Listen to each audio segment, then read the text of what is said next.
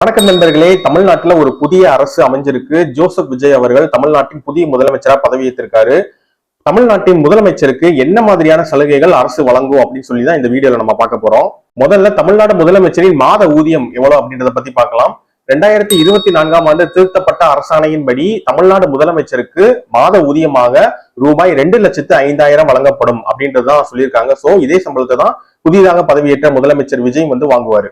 எப்பவுமே தமிழ்நாடு முதலமைச்சருக்கு சென்னை கிரீன்வே சாலையில இருக்கிற ஒரு வீடு குடியிருப்பா வழங்கப்படும். அந்த வீட்டுக்குன்னு முதலமைச்சர் தனியா செலவு பண்ணணும்னு அவசியம் இல்லை. அந்த வீட்டுக்கான பராமரிப்பு, வாடகை, மின்சாரம் உள்ளிட்ட எல்லா செலவுகளையும் அரசே செலவழிச்சிடும். முதலமைச்சரா தேர்ந்தெடுக்கப்படுறவர் அந்த கிரீன்வே சாலையில இருக்கிற வீட்டுலதான் தங்கணும்னு எந்த அவசியமும் இல்லை. அவர் தன்னோட சொந்த வீட்டிலேயே கூட தங்கிக்கலாம்.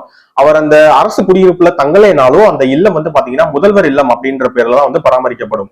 தமிழ்நாடு முதலமைச்சருக்கு அரசு சார்பில் 3 கார்கள் வழங்கப்படும். அந்த 3 கார்களுக்கும் மாசத்துக்கு 1 லட்சம் ரூபாய்க்கு பெட்ரோல் அலவன்ஸ் கொடுக்கப்படும். அந்த கார் ஓட்டுநர்களுக்கும் தமிழ்நாடு அரசே ஊதியம் வழங்கிடும்.